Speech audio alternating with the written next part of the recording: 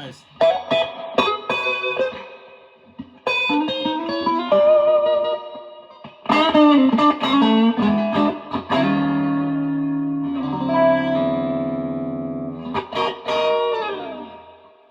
She's juicy.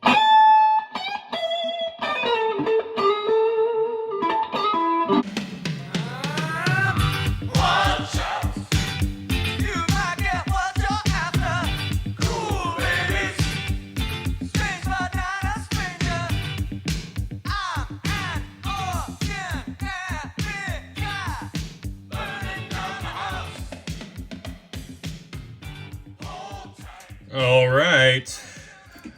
Where am I at? Where am I? Coffee no longer works. I'm at the age where coffee no longer works. They say the next step is mushroom fungus. I've seen how it's harvested. I've seen where it grows. That's not going in my coffee. Sorry. Oh, man. All right. Got the old Hioki, or Hioki, up and running because my Agilent is still down. I need to get around to repairing that thing.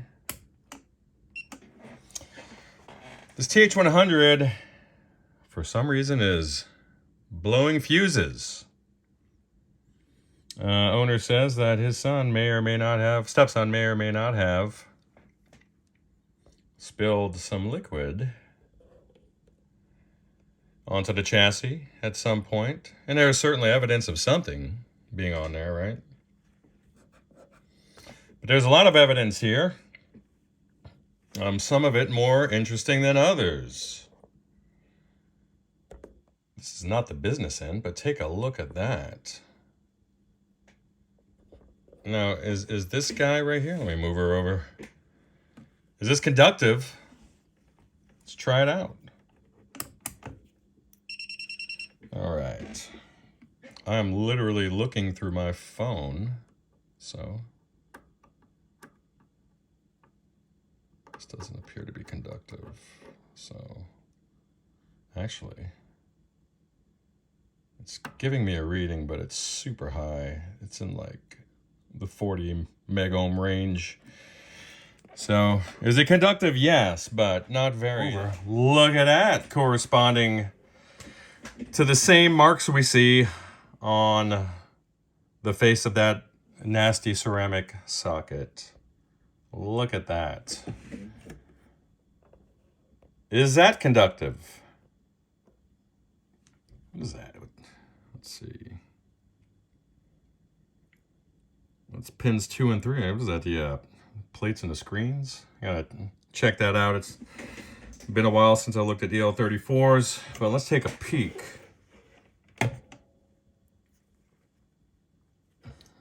And see. I've obviously removed the tubes, so we shouldn't get anything here. And I'm getting 200 ohms, so this is nasty. This has actually gone through the board. So we definitely have some arcing there.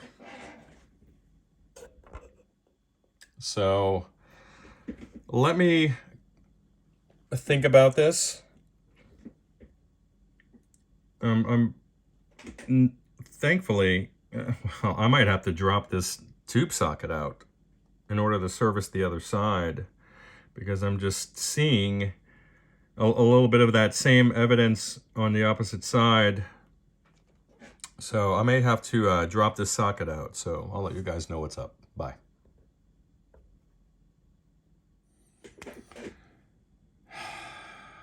Boy. So I'm not seeing a ground plane. It doesn't really matter at this point if I interrupt that between these two pins, as they shouldn't be connected in the first place. So I'm pretty much out of options. So I've done this on a few ampegs. It's not something you want to do. It's always least invasive first, least aggressive measure first, before moving on to something like this. Zoom out. This is obviously my Dremel, or rotary tool, I should say. And this is a side cutting bit, the smallest one I have. And what I'm going to do is carefully work this inside of that small crater. It's not actually not even a crater. It's a small hole here to remove the carbon that is linking the heater and plate pins. So, and again, if the first part of the video didn't illustrate the point, this is completely through the board. I don't have a lot of space to work with as the socket, I believe, is about 1/8 of an inch off the opposite surface of the PCB. So we'll see what we can do. There's no good angle for you, sorry. I'm just, this is priority, not the actual film or video. So let's start off on a low speed.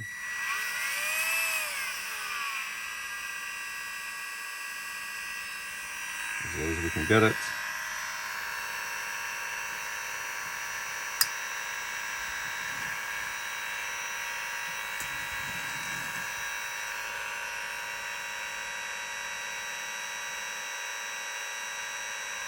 And we're in.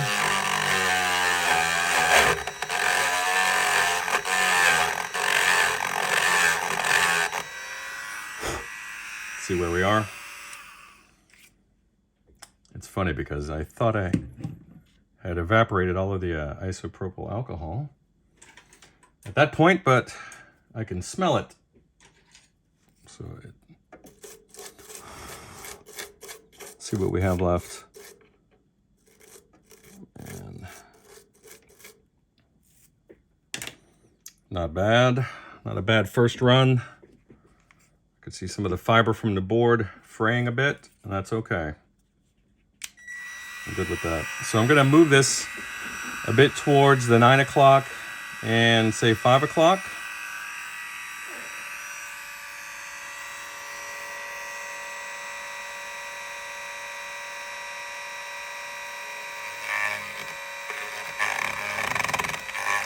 A little bit of chatter there.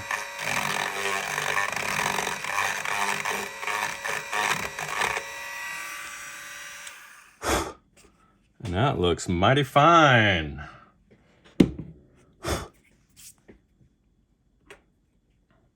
Just a little bit of, let me get that in there. There we go. Beautiful. That's what I wanted to see, and check that out. We've preserved the solder pads right up to the edge. Awesome.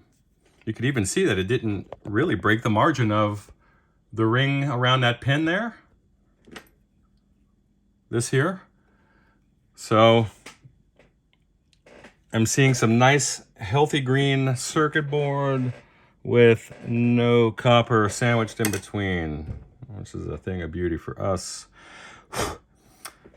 That will need to be cleaned up, but let's flip her over and then I'll show you what I was viewing on the opposite side.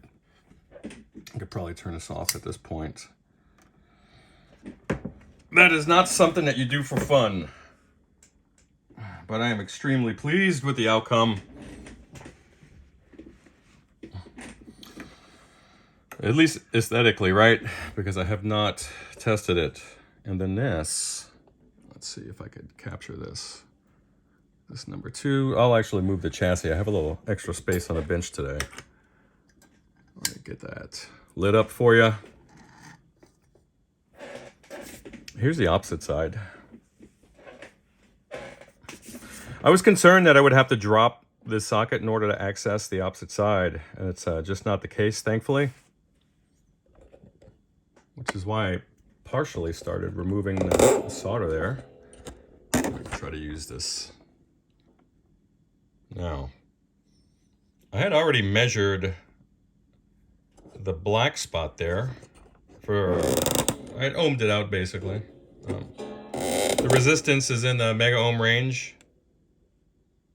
So it's, is it conductive? Yes, technically. However, it's not a huge concern at this point. We're dealing with ceramic, so Ceramic is, for the most part, non-porous, except obviously when they bake it, it is porous per se, but you have this nice glaze on the top, and I'll be potentially scraping away some of that stuff. So let's get some isopropyl on there.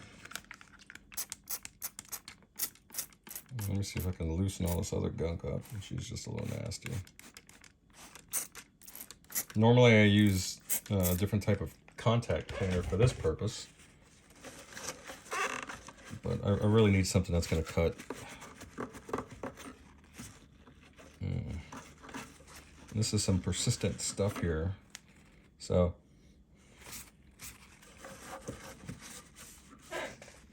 this was flashing over, I think.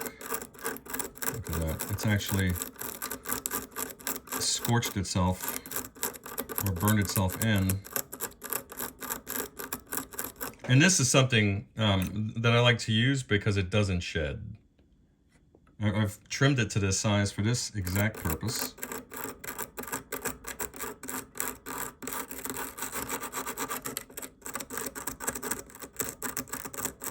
It's looking better. And I'll take some fine grit sandpaper and finish that off camera.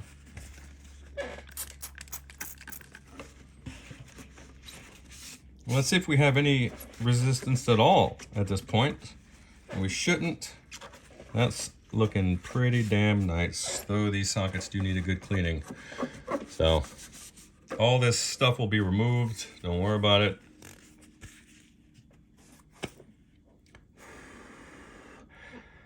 I'm feeling pretty optimistic. Not in a fool's way. Let's get this old girl up and running. Let's see what kind of resistance we're getting now.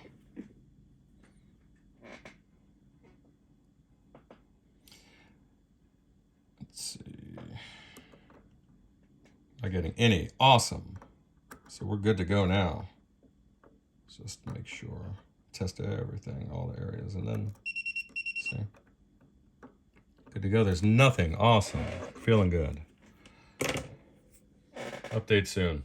All right, we're back, and I'm ready to re-solder this socket in. I've cleaned up the pads and the pins. And I just noticed this. Not a good look, orange. Wow. Look at R75 and 77 there. Look at the proximity to the other circuit board. Is that a scorch mark on the top of that? I'll have to investigate that as well. So this is not the place I would want a large heat dissipating resistor to be. Maybe it's of sufficient wattage where its proximity would not pose a problem. And speaking in generalities, the higher you go up with the wattage rating or size of the resistor, the cooler it should be as it dissipates heat. So maybe it's okay. Let's look at the solder joints on this R70 resistor.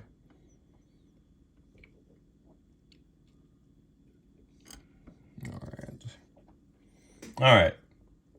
Sorry about the smacky lips. I grabbed a protein bar there. And here's a tip. Keep your bench clean. No. So, a good tip to help you prevent lifting these traces and pads on your PCBs is to keep in mind that this was basically an adhesive strip of very thin copper that was affixed to this fiberglass board. When you heat that, when you apply heat to that, the adhesive will boil, evaporate for the most part, and then the thing will lift off. Never to return again. And then you're back in jumper town. So what I would recommend doing is on an item like this, where, let me grab where's my chopsticks? when you're soldering things like this pin extends for, I don't know, 3/4 of an inch. It's a lot of metal. It's going to take longer to heat up than this thin bit of foil will. So what I recommend doing is preheating the pin, then applying solder, and then bring your iron down onto this pad and then flow the rest of your solder. That way you'll have minimal contact between the tip of your iron and that little fragile pad. So at least in theory, that's what you should do. Other guys have other best practices that work best for them. This is just what works for me. Did I learn this in school? No. I learned it from ruining my first PCB amp when I was a kid, because I thought it was I thought I was an amp designer when I was a teen. And hey, look, you got this solder iron kit from Radio Shack. Radio Shack. Oh boy. All right, so I like the eutectic blend of solder myself. Other guys are 60/40. That's okay for you. That's good. But the eutectic stuff has properties that make it ideal for things that get moved around a lot. It creates a more rugged bond. It has a lower melting temperature. So for fragile work like this, that's awesome. It makes a beautiful joint on top of that. It's just a pleasure to work with. So again, let me tin the tip of my iron there. And this is really hard to do on camera, forgive me. So I'm going to warm up the pin, and then I'm going to bring it down, and then that's it.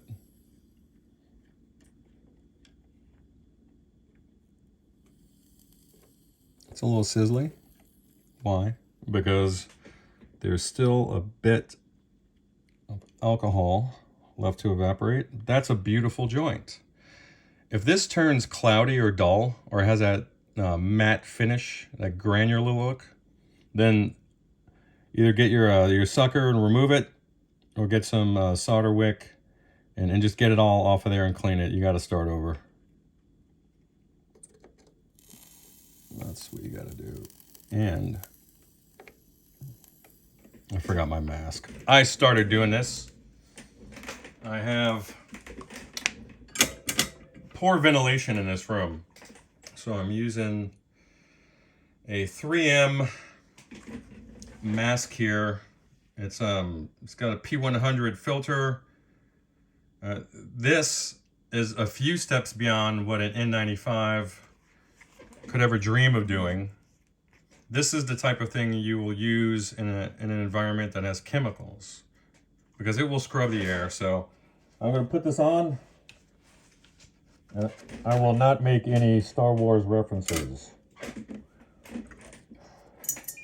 Now I'll feel a little bit better. Because who wants to die early? I already have cancer in the family, so why provoke it?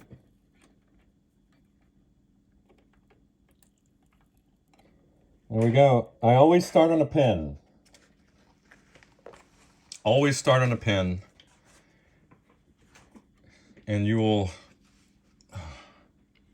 reduce the window of risk for your PCB. So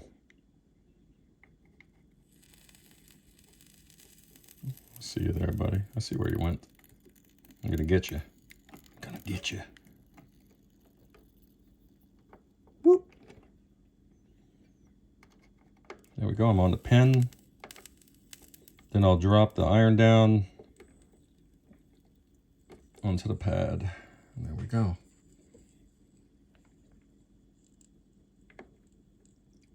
Pin, drop it down to the pad. Pin, drop it down.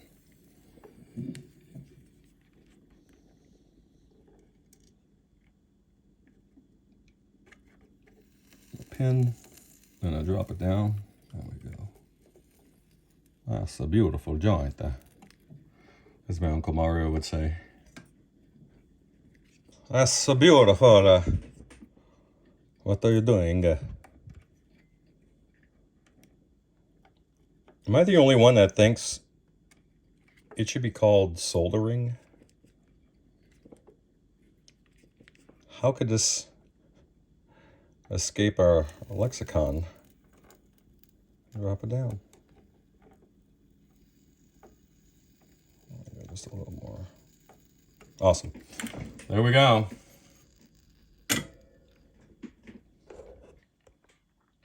Let's inspect these joints. Case in point. Did I even do this? I have not done that one.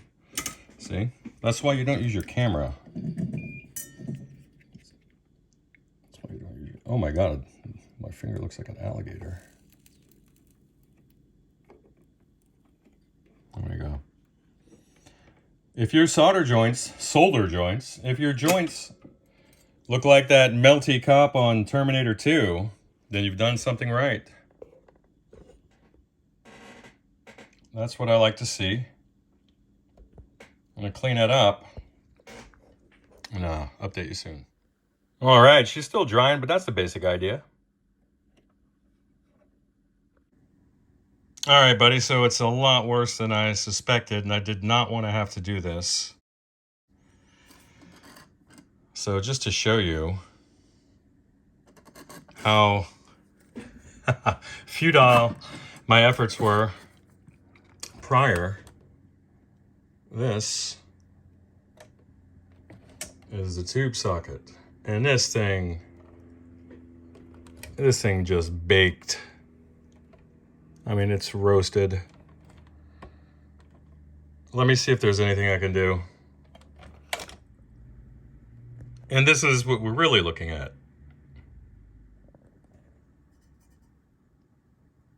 So what can we do? Let's find out.